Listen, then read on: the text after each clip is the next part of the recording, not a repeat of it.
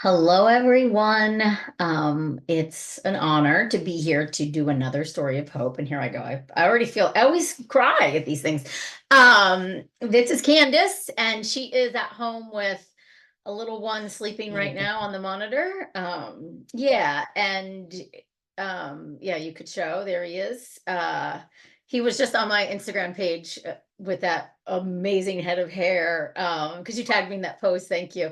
We don't always share the baby pictures without obviously permission, but you tagged us and I was like, I'm sharing this on my feed because he's delicious, and B, you worked your ass off to get to him, and now we get to share a story of hope, which was always a vision and a hope. I'm feeling emotional again, but you came to me, I took notes, and then I want you to share too. But we met, you were Yeah. 39 and you'd been trying Yes. since you were 37, right?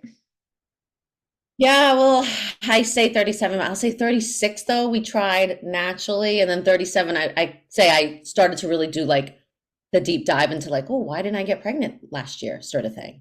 Yeah. So And let's see. So when I met you, you'd come to me, you'd been trying for 3 years, you had had three failed IVFs, you'd had one miscarriage, you had an endometriosis surgery where they had discovered a dermoid cyst as well, low AMH, high FSH, two copies of MTHFR.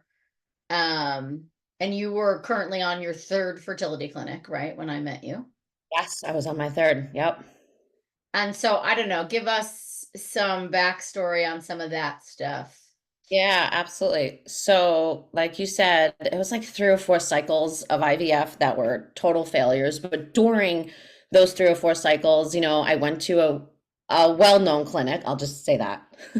You could DM me. I'm just kidding. I went to a well-known clinic, and I was, old according to them. So I had to immediately do the aggressive IVFs. I did not know I had endometriosis. I did not know any of those things going into IVF. I just knew I had a heavy period. That's what doctors have told me, past gynecologists. So fine. And we did the first round. We actually got a healthy egg, but I only produced like 3 or 4 eggs, and they were like, "Oh, that's real bad." And none of them were made it to testing except for one, and that one came back healthy. And they're like, "Great, let's transfer." And the transfer failed. And here I am, like 37 at the time, I'm gonna say. Yes. No hysteroscopy, no uterine inspection before that transfer. Nothing. Just throw it up there. And I'm going to call myself an IVF virgin at that moment. I knew nothing, right? Like, I didn't know anything. So I was like, yes, this was easy. I got the egg and I didn't, connect the dots. I actually had a female doctor, which I have to bring forth that light because sometimes they think when we are going through this, we're like, we shouldn't go to a male, we should go to a female. I actually had no success with this female doctor. She was very hard on me in the sense that when that failed, she said, you have to do 2 more IVFs at least to get more eggs, and you got to bank. And you only produce 3 or 4 every round. So we got to hurry. And I was like, oh God. And I felt my body in pain. And I said, my stomach feels like bloated, extra bloated. She said, well, that's the medication. Ignore it. You got to keep going.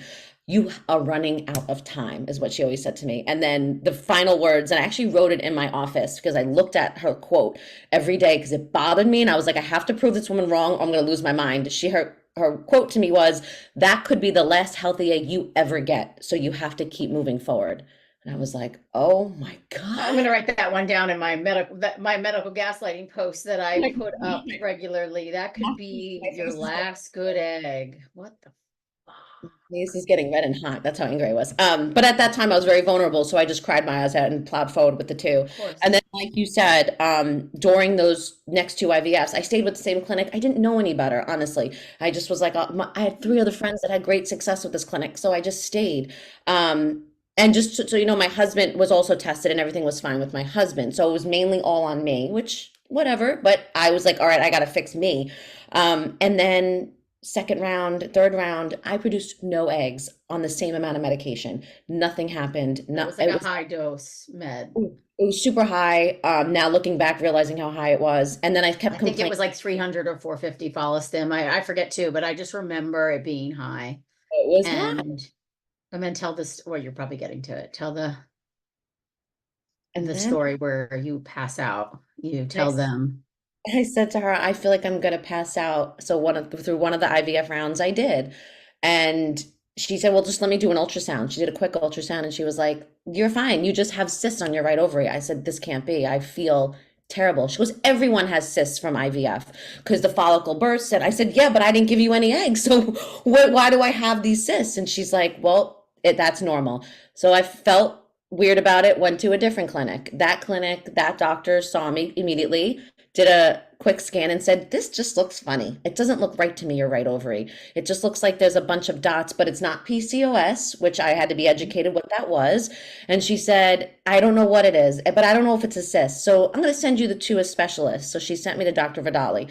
And oh, we he, can say that was Dr. Luke, because I thought what Dr. Luke did in that situation was like, again, I love her and so commendable. Like you weren't a client of hers. She didn't throw anybody under the bus at that point. She was just like, this isn't normal and you need to be seen. But your other doctor, and we won't name that name because I guess whatever, like they could DM you, but she blew her off. She completely she blew her did. off. She did. And what Dr. Luke did at Generation X, which I thought was lovely, is she didn't go, let's just try a round of IVF. She gave me a scan and went, I'm not going to do anything with you. Go check this out. So when I checked it out with Dr. Vidali, he was like, oh, doesn't look good. Get an MRI. He had me in an MRI within 48 hours. I had an MRI and he called me and he said, come to my office today. I want to talk to you about the results. And, your brain goes through a thousand things. What's wrong with you? And he was like, oh, you have a giant dermoid, which is a cyst, but it has like hair and teeth and it's like a person. It's crazy. But it was sitting on my right ovary, going up into my chest cavity so high that I kept complaining I can't breathe during that. And that's why I passed out during my IVFs because it was sitting on my whole my rib cage. It was gigantic. It was like 15 centimeters or something. My husband likes to remind me of that all the time. 15. He's like 15. I'm like, I know. And So I long story. think too the strong rounds of IVF and the lack of them doing their job worsened the situation to a point where it was, in my opinion, as a clinician, it should have been the first thing they discovered and said, oh, you have the dermoid cyst on your ovary, that could be impacting your AMH. That 100% impacts your AMH. 100,000% impacts your AMH. We should remove this Yes. and then proceed, right? So That's exactly what should have happened. And by the way, I should say my AMH, my FSH, all those numbers, mine were in the gutter. They're like below any person who's like, "Oh, my AMH is really bad." They usually give their number. I'm like, mine was worse. So like, just know that mine was really bad. Every doctor thought it was horrible. So Vidali said, "Let me give you the laparoscopic surgery. I need to take this out immediately." So I did that. Somewhere in between, just so everyone knows, I did go to a different doctor in Jersey who I won't say the name but wanted to give me a C-section and take out my right ovary. And Dr. Vidali, I called him on the phone because I just met him, and he said to me, don't do that. Can you wait 24 hours? I'm coming back from vacation. He was on vacation. He said, and I will do the surgery for you. I don't think you're going to lose your right ovary. So I had to sign paperwork with a doctor in Jersey stating that if I died over the next medical 48 advice. Yeah. hours, it's not his fault. And I did. I was like, I don't care. I'll wait. So I waited, and Dr. Vidali did the surgery. He took out the dermoid. There was some fibroids in there he took out. And then when I woke up from the surgery, he was Stage amazing. 3, right? He staged you at stage 3 endo. When I woke up, he said, do you know you had stage 3 endometriosis? And I said, what is endometriosis? I had no idea. No one ever brought this up to me. No medical professional ever said anything like this to me. So when he started to educate me as I'm laying in the bed, I was like, what is happening? He was very honest. He's like, listen, I think you're going to be fine. I think you're going to get pregnant. He's like, I just think this was a huge block for you. It was all over my entire bowels, my ovaries, my uterus. He said it was everywhere. So he did an amazing job. So I have to say, if anyone ever questions if they have endo, just go to him. He's He's the amazing. best. My recovery was amazing. You hear of women, oh, 4 weeks, I was in pain. I was in pain for 48 hours, maybe. Like, come on. It was wonderful. So I will always, I can cry thinking about it because he saved us. Oh, and I And could cry thinking about him. That man is a godsend. He is, yeah, and he's a kind human. He gives a shit, and he and fights. he's He fights for you guys. Yeah. Yeah, he's really honest. He was very honest, and he was right. I did. I got pregnant 6 weeks later, like on and naturally, no less. Something I've been trying to do for like 4 years, and I was like, "What?" And I got pregnant naturally, and we were like in awe. I told everyone and their mother, "I'm pregnant. I can't believe it." We celebrated, and then of course we had a Oh, miscarriage on my 11th week appointment, which threw me in a tailspin, of course. Why wouldn't it, right? Um, then from there, you go down the road of like, what do I have to fix now? Because that didn't work. And we thought that solved everything. And oh my mhm. God. So then I went to a different clinic, and the clinic I ended up Yeah. landing at, I have yes, one question. That 11-week, there was a genetic abnormality, there right? You was. did There get it was tested. Yeah. I did. I did not find out the sex, but I did find out what exactly was the issue. Because at that point, I was a little desensitized in the sense I was like, is it me? Because if it's me, then I need to fix the next thing. Or what, is it a blood clotting issue? You go down all those like roads. So for me, I just wanted to know, and it was a chromosome issue. Um, and that further kind of took me down the rabbit hole of, oh my God, it's my bad eggs, my bad egg, all those things you tell yourself that are actually not true. And I was 38 years old when that happened. And then I found you. And you said to me, okay, I read all your books. My husband read all your books because we were like, if we're gonna do this, we're gonna do this together. I'm very, very lucky. I have a cool partner and we try to support each other as much as we can. So we're like, let's try this. So we read your books together. We did the diet and I was like, okay, I feel great. I felt really good.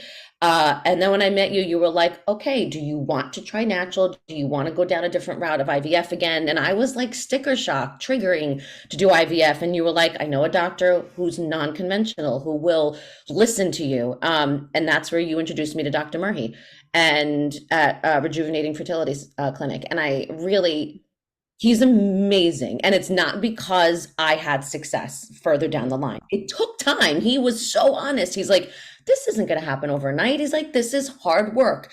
And it is. It's like, I don't know, you have to Yeah. lose 50 pounds. That's hard work, right? Like it doesn't Yeah. happen. And it's kind of the same thing. We had to trial and error. And he would say that to me, trial and error. But he never put me on high doses of medication. And he never like the first thing he did was throw me into a hysteroscopy and let me find out what's going on inside of you. Let me check. Are your fallopian tubes open? By the Yeah. way. When was it? So here it was like one was totally closed, the other one was like okay, but not great. So like here I am trying naturally and I didn't even know that. So all these little things that are actually big things that he Yeah. kind of diagnosed immediately really helped kind of give me relaxation to the next 3 or 4 Yeah. IVFs I did do with him. And I did them because we were doing it and that was we agreed upon this to do it like little medication where maybe I'd make 2 eggs, maybe I'd make three, but it was Which like, also to point out, you were on high dose and you still only made two or three. And correct. so it's like I think that is such a big takeaway for so many. If you're quote unquote a poor responder with diminished reserve, don't come out with the big guns. First of all, from a financial perspective, the meds are freaking expensive. But Blew my second mind. of all, there is data. I heard some doctor, by the way, I just posted it actually today. It's a testimonial she brought up to her doctor. She said, but I heard that the high dose meds will compromise the egg quality or could. And he, you know what he said to her? That's a myth. That's a myth. Just do what I tell you to do. She got pregnant naturally, by the way, after doing all our things, Yes. after failed IVFs and in her 40s. Um, but yeah, like, so he said, okay, we're gonna do like I think he was giving you just Clomid and like a little bit of Follistim, right? The littlest bit. And each week I would see him and you. I'd get the acupuncture, I'd do my meeting with Dr. Murphy, and I felt like I had a support system where before I just felt like I was grabbing at straws because I'm almost 40 and oh my God, that sort of thing. So I had the support system. And yes, we only did one or produce, I literally only produced 2 to 3 every time. But like you said, it was the same being on the high dose. The beauty was Dr. Murphy was like, take your time. Let's try to build you a reserve. And we did. We ended up building a reserve of like 5 embryos that fertilized and made it to day 3. He would literally say to me, why are we going to try to push these eggs to day 6 or 7 and test them? If you got pregnant naturally at home, he said, you literally couldn't test, right? So it's kind of the same thing. That took me a while because in my brain, the only way I was Yeah. getting pregnant was off a healthy PGS test, like that had to be healthy, and that was it. And that is right for some people, but it was so wrong for me. And I didn't connect that. And my husband and I didn't connect that together as a couple. He was like, we have to test. That's what every doctor said. And I'm like, wait, what if this doctor, even though he's a little unconventional, is correct? Like, what if it's just leave those eggs day 3? And why are we going to push them? My body didn't want to be pushed with medicine. I'm sure my eggs don't want to sit there for 7 days. So Yeah. I didn't do it. And then we did a few transfers. And I will be honest, the first one didn't work and the second one didn't work. But each time he had a solution, whether it was, all right, let's try the ERA. And we figured out we did transfer it. I needed like more progesterone. That was a huge issue, right? And then he figured out something else that didn't work with me. So it was every time. And then we And you had did one the more transfer. Pregmune too. Remember, we did the I did the Pregmune in there. pregnant. I also did the Dutch test. I did a lot of these things. And then I saw, in between this, I told Dr. Murphy, I'm going to go see Dr. Sammy David as well. I said, I still want to work with you. I love Yeah, you, you but I needed a break though. Like I'll chime in there too of like after that, I think it was like the third transfer didn't take and we pulled out the stops. Like, cause then she did the Pregmune, she's done the ERA. We've now added in like an autoimmune protocol. She's on Neupogen. organized. And and I just remember like our kind of come to Jesus conversations in the clinic where it was like, what if it's all bad eggs and we're just transferring bad eggs and that's why I'm not getting pregnant? Should I be testing? Should I not be testing? Because you were still getting some, conflicting advice there from other people. And I remember you coming in and you were like, I think I just need a break. I need a break from IVF. And I, of course, fully supported that because I think always in the back of my head, I felt like you could do it on your own too. I believe that, and I still believe that.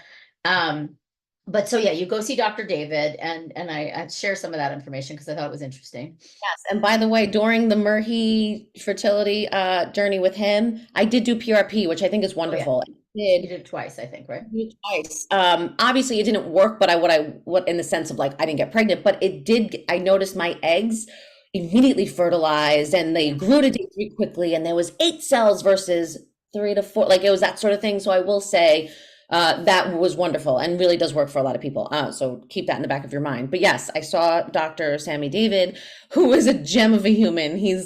I'm going to say he's in his 90s. My husband and I were like, this man is amazing. He is a wealth of knowledge. And the thing that I appreciate about him is I, like a crazy person, had like hundreds of paperwork, like hundreds of pages. And I sent him everything because he said, send me all your paperwork. Let me review you. And then when I went in for my like 2 hour conversation with him, he literally must have sat home the days before and went through all my paperwork. It had tabs. He knew everything about my story, which I thought was worth every dime to see him because no one did that sort of like that was like my mom doing research. Like I feel like really knew everything about me and didn't even need to review anything. He was like, "Oh yes, you had that surgery in 2021." Like he knew everything. He said, "Give me 2 times of IUIs. Just give me two months. Let's see what we do." I did not get pregnant, but he did say to me, "I think you should try intralipids." Am I saying that right? Hmm. Intralipids? Okay. Intralipids. So, and that is more like on the autoimmune side of things too. Because on your Pregmune, I think what we had high NK cells and maybe the HLAs. Because what was the Neupogen? Well, yeah. The what is it when the embryo has to stick? They Uh, cut for the yeah, I Neupogen. think the tumor necrosis, TNF alpha, or maybe that was it. I reviewed it and I can't remember. I didn't write it down for some reason. I mean, I didn't know my NK cells were Yeah, your high. NK cells were high, which is common with endometriosis. I So, could and you know let me what's just funny? When they, minimize. this is a conversation I had with Dr. Vidali. I actually had it with Dr. Murphy as well. They both said the same thing, which was it's not that high that I'm like she needs that intralipid. So that's why we didn't like jump at it because it was really when I started to research it, mine wasn't. It was like borderline, but it was still high, but it wasn't like so we didn't Here, think I that. have your Pregmune here too. Let me just see. Yes, and I did do pregnant. That's right. Um, and so let's see. High level, the things that were off, you had the HY immunity, which is the histocompatibility. So you allowing for the embryo to implant is basically it. So that was the Neupogen reason. Then you had medium, your PAI1. So that's a clotting factor issue. So that was, the baby aspirin, Lovenox. Your NK cells were high, and your HLA autoimmune disease predisposition was high. And then leptin was high. So those were the interesting findings there. Yeah. And he definitely had, I hate to call it this, but every doctor has this, which is like their bag of tricks of like, Mhm. this is what I noticed work. And they have all these options, right? It's like I me always with the diet and like the high dose fish oil and all that. Yeah, totally. And I always felt like, Dr. Murray had the most bag of tricks, if that's how I'm gonna like he had so many options. And I was like, okay, and Dr. Murray, Dr. Vidali, and Dr. Sammy David, not one of them ever said to me, you need to adopt, except every other doctor I met before that was like, oh, adoption, donor eggs. They were like, give it time. You're only 40, or you're only 39, or you're only 41, give it time. And I was like, okay, okay. So when it didn't work with Dr. Sammy David, I told him I'm going to go back to Dr. Murray. I still have some embryos left. I have two left on day 3. And I said, let me talk to Dr. Murray. And Dr. Murray said to me, what do you feel in your gut that will work? And I was like, this is going to sound ridiculous and like I'm throwing money down the toilet. But I feel like I just want you to take the one egg that I ovulate naturally next month, and I just want to get pregnant off of it.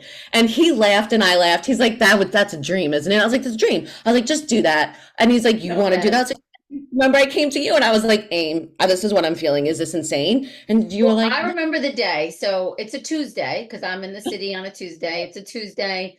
You had just seen, I think, Murphy the day before, and you hadn't seen him in a while. You were on a little break. The IUIs didn't work. She goes in. She had this appointment. Remember, you just had it on the books. And so yeah. she goes in and they have this conversation and he scans her and she's got 2 juicy follicles, like a 12 and a 14, maybe. And he says, I want you to come back in 2 days. I'm going to trigger you and we're going to retrieve these. And you had acupuncture with me maybe that same day or the next day. And you're like, what should I do? What should I do? And remember I said, well, you say what I said to you. You're like, do what you were the one who was like, will you feel sad if don't do this way? And how will you feel? And I was like, oh my God, she's right. I will actually be annoyed and upset with myself if I don't go and just do it naturally and just take these 1 or 2 eggs, and whatever. retrieve them. And And retrieve. so the thing too to point out is she was on no medication. Nothing. It was And just she was maturing 2 follicles on her own, no medication. She had had a failed IUI the cycle before. And so we have this conversation in the clinic, and I said, I just want you to think 2 weeks from now, are you going to regret not retrieving these 2 eggs and doing an IUI if you get your period? And she was like, you're right, you're right. So then you tell the rest of the story. And I just no, seriously, she was so right though, because you're in this like tailspin and you put it into like a narrow lane for me, and you were like, will you be upset if you don't retrieve these? And I'm like, yes. So we retrieved. There was only 1 egg out of the 2 follicles because the other follicle was empty, which happens a lot with me and probably other people, but for me it was a lot.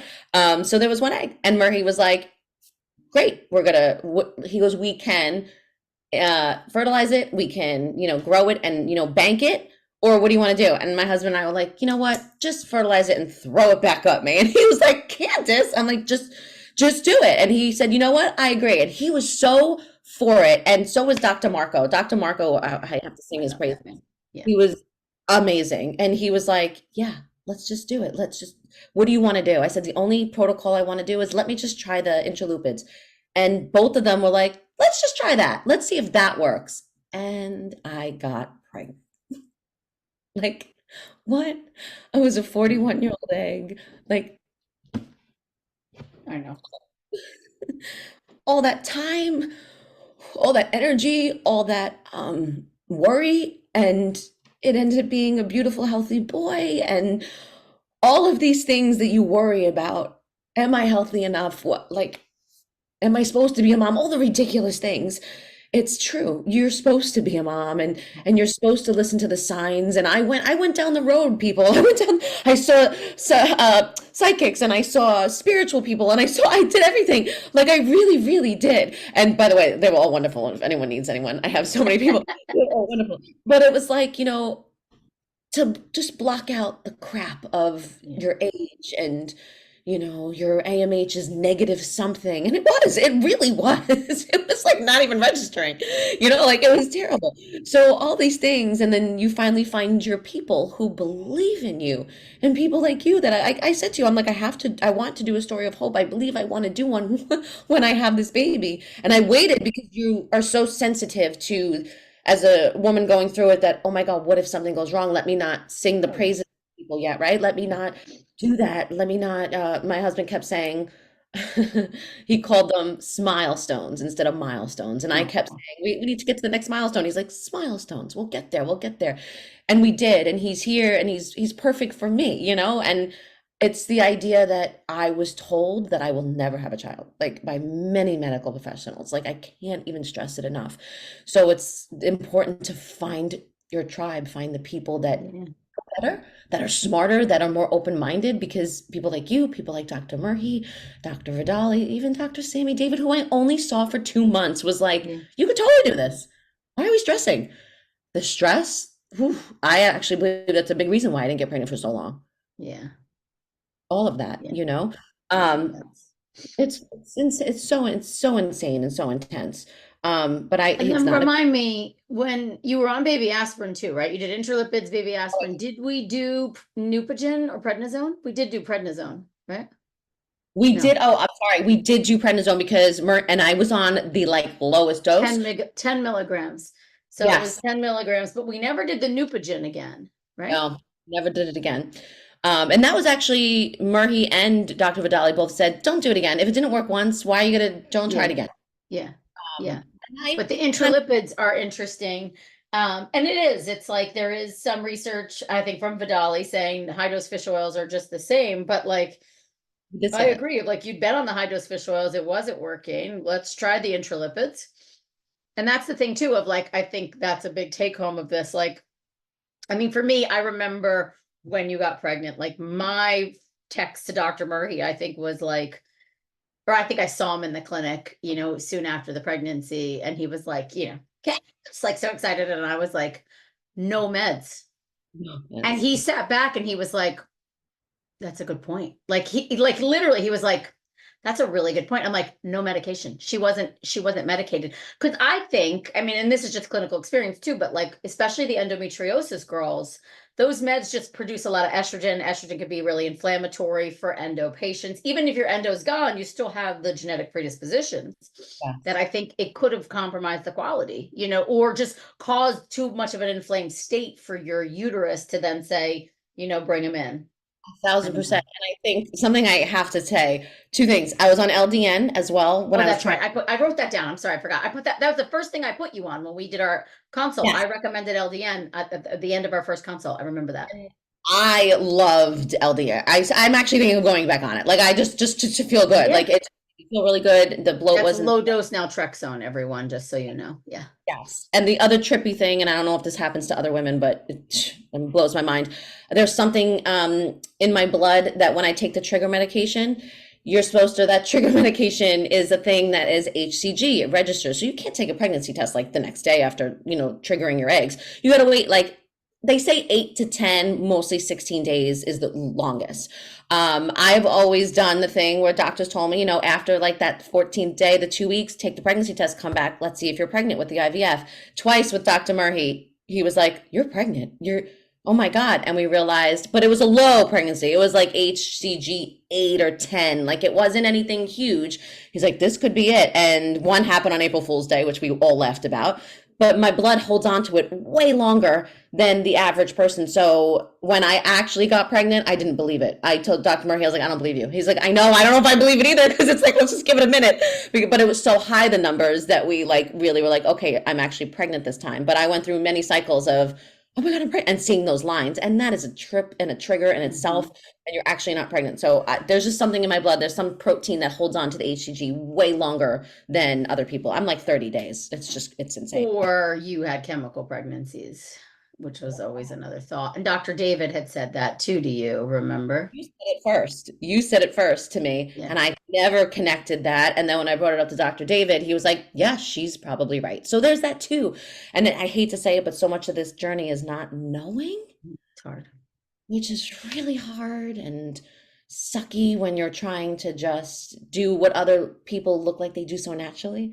You know, Yeah. my sister, they got pregnant so easily. So I was like, oh, that should be me. And, it didn't. That's not what happened at all. But as much as I can say to someone out there who's wondering and questioning, I mean, 41-year-old egg, where I was told the worst. And he's okay. He's big. I'll tell you that. He's a big kid. I mean, he came out 9 pounds and I didn't eat a lot. So I felt like, whoa, maybe that has something to do with it, but I would just say, hang on, my God, and don't give up. And if you want donor eggs or adoption, yes, if that feels right for you, then I think that's amazing. But it never felt right for me, and I always felt like I was being thrown into a category without my permission, you know? Yeah. Yeah. It's just And then speaking of diet, you guys stuck to the egg quality diet for the most part until you got the pregnant. entire Yeah. I will say I actually stuck to it a lot while I was pregnant. I Yeah. cheated a bit, because you're like, oh God, second, third trimester, you're like, I gotta have some, you're just losing your mind. But now that he's here, we're like, my husband said to me this morning, Tom was like, we're back on it, right? I'm like, oh yeah, we're back on it. The sweet potatoes, we're back on it. Well, Because because for it you actually too, like she is. had that kind of classic, I would say, inflammation picture where like she felt really swollen all the time. And when you went on the egg quality diet, it was like, like water just like fell off of you, basically. Absolutely. And I should say this too, the really swollen feeling didn't happen to me until I started trying to get pregnant, which was later in life. I'm later than most people, but I was on birth control. And I was just on it. So I was never bloated on the birth control because doctors were just throwing me birth control, being like, you don't want to get pregnant yet. You have a bad period. Here you go. Here you go. So I was on that for a very long time. And then the year or two before wanting to start a family, I got off birth control and then I started noticing the swelling and I'm like, what is Mhm. going on? Like I have a pear shape and my husband always said to me, since when do you have like a little pooch in your belly? And I was like, I know, like it was out of nowhere. And he Yeah. said it with a kind heart. But it was the idea that like that body type wasn't mine and now all of a Yeah. sudden it was, and that was weird. And that's why I really believe the endometriosis surgery and all that and the diet that you have in your book, it saved it's not life or death, but it saved my life in the sense that I now feel healthy living and I understand what was going on with me. Not knowing what's going on with you is the scariest thing. Yeah, it's so And hard. then while you're at it, try to produce a child, try to do it, and oh, by the way, it costs this much money and you're going through all these things, like it's the stress alone is insane. And Google's not correct. I No, should, yeah. I know. It's Google at hard. 3 in the morning, girls. Don't do it. Um, so yeah, I mean, I think you shared so many great things, but I don't know, what are any final words of wisdom for all those out there? You were on the other side of this, watching these videos, Yes. kind of I watched gaining so hope and stories of hope. I watched so many stories of hope. I went to your website all the time with Amy's recommendations and I did all the things and sometimes it didn't work and that's not because what you're suggesting doesn't work. It just means it takes time to adapt for you. So the best thing I would say is it's trial and error. The yeah, moment you're like, I'm totally done, I think like you said to me, you would say this to me all the time. You're like, you'll know when you're totally yeah, done. yeah, There was that moment where I was like, I need a break. So give yourself that break, give yourself that grace, but please don't listen to the noise. The noise. If I listened to the noise, which I did at times, like, oh God, I did not do this journey with a crown and a sash and some flowers and look like Miss America. I did this journey looking like a mess and crying. You know what I mean? Like I cried every day.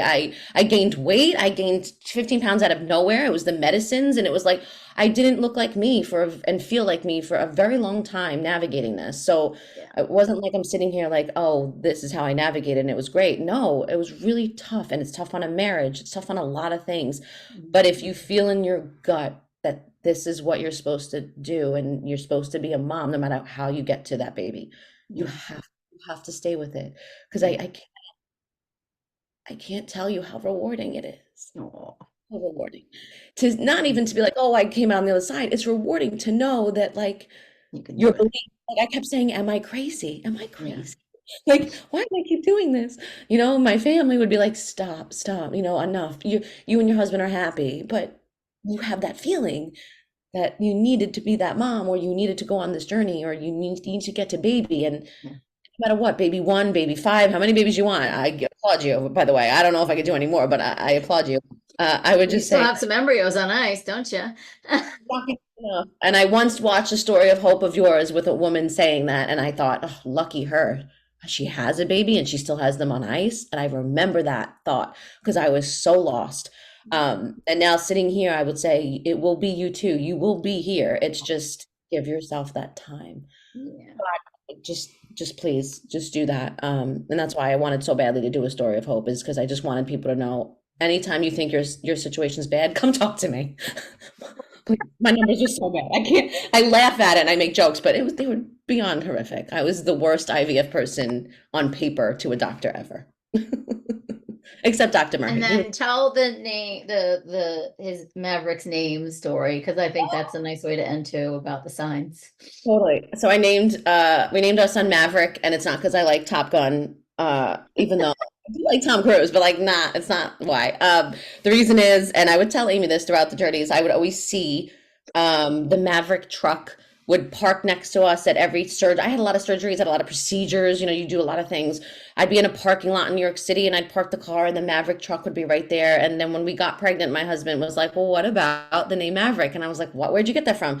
He's like, the truck, it's always cutting us off. It's always parking next to us. I was like, no, I'm not naming my kid after a truck. And then like, as the journey went on, that truck followed me when I was pregnant. Every time I parked, there was one. The morning of my C-section, there was, like you had to valet your car in the maternity section, and they said, go park there. And I parked next to my husband parked. We got out and it was right there, right next to our car. And I looked at him, I'm like, yeah, he's telling me his name. So we named him Maverick. So I didn't choose it. He did. Oh, well, that's it too. I think of all of it, of like, I think they do know when to choose the right time to come through. It's a And big, that was thing too. So I'm preparing for this story of hope. And like I said, what always stuck in my head with Candace's case was like she didn't do any medicine and made a healthy embryo that cycle. And that was also it was the second fresh transfer or the first fresh transfer? The first it fresh was the transfer? second. It was the It second was fresh the transfer. That's what I thought. But second. I was going through her notes and in the very beginning, and and I said this to her before we started recording, it probably was because she had such a traumatic experience with the whole dermoid cysts and all the IVF meds. But she had said to me, I just feel so resistant to all the IVF meds. And just this morning when I was reviewing notes, and I said that to her before we started recording, I was like, it's so interesting because I think too, you knew all along, like less is going to be more for me. And they But you get so clouded by all the noise that yeah, it's hard to remember or listen or honor that. absolutely. The IVF meds scared me. And it's not because I'm scared of needles. I was jabbing myself left and right. I didn't give a crap. You do what you got to do to get to where you want to go. But it was the idea that I just didn't feel right. But like you said, you sit with a doctor who says, oh, well, you want to get the most out of this round, don't you? And you're like, oh my God, I do. I don't want to keep doing this. So I want to get 10 eggs. It just never happened. That never happened for my body. And the sooner I honored that, the quicker I was on the better path to finding how to get pregnant. You know what I mean? Yeah. And that's it too, of trial and error with finding the right doctors that work for you and the right team. And even like, that game time decision with the surgery with Vidali versus not. I just had a call this morning with someone where her gynecologist was like, oh, I could do the myomectomy. That's fine. And I said to her, and she's like, but I have this other guy and he could do robotic. And I looked him up and he's like, he looks like a very well-trained surgeon like Vidali. And I was like, no, this is who you're going with because you're gonna wake up and he's gonna tell you about the endometriosis he saw. He's gonna tell you about the uterine cavity. Like love a gynecologist and they're very skilled at what they do, but they're not reproductive surgeons. They're C-section doctors, which is great, and that's what they're skilled at. But if you need to do a surgery like that, you need an endometriosis specialist or a reproductive endocrinologist, and that's it, period. You really do. I mean, me on paper, stage 3, I've had 4 or 5 fibroids. I had a myomectomy early on in my 20s. Like I had a lot of those things. When I had my C-section, my regular gynecologist said to me, "Oh my God, I thought I was going to see what scar tissue in your uterus because my God, your like backstory is crazy." He's like, "You look great." And I thank that to, a really good surgeon like Dr. Yeah. Vidali, because you have to be And careful. and the repeat hysteroscopy with Murray, because that's another thing I learned through the years and working with people like Murray and even Dr. Luke, of like the hysteroscopy is a very specialized surgery, and it requires a very specialized surgeon. And what one doctor will see inside a uterus, another doesn't. And it's fascinating. And the little bit of scar tissue, or the little, we just reviewed a case this morning with Heather, and it was like, they see this little thing on her uterus, and the doctor's like, not a big deal. There's so many other areas to implant. And I'm like, absolutely not. Get it out. Like, get to the right surgeon, Yeah. get the right care.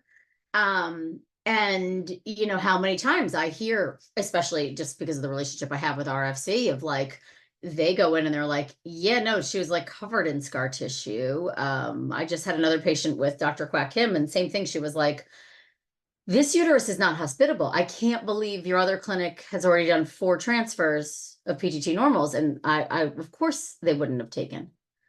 That's devastating, right? Devastating. But so anyway, it's a lot of trial and error, and it's a lot of pushing, and getting the right care, and I think researching. And I will say too, of like, don't decide that clinics are bad because their billing department isn't great. It's like, look at the doctor and their protocols Oh, versus, you the Yelp reviews about scheduling an appointment and stuff like that. Um, and I know you just we're going with that. And this doesn't have to be an ad for but it's that, but it's more like, I want you to think about the doctor and right. their expertise versus the business that they're working under or that they run.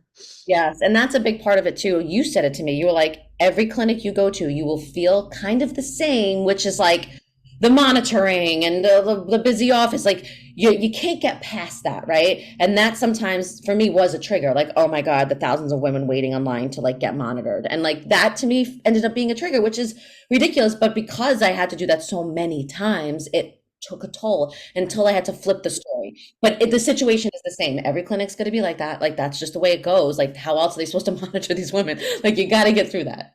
Yeah. Yeah. It's a factory. It's, Okay.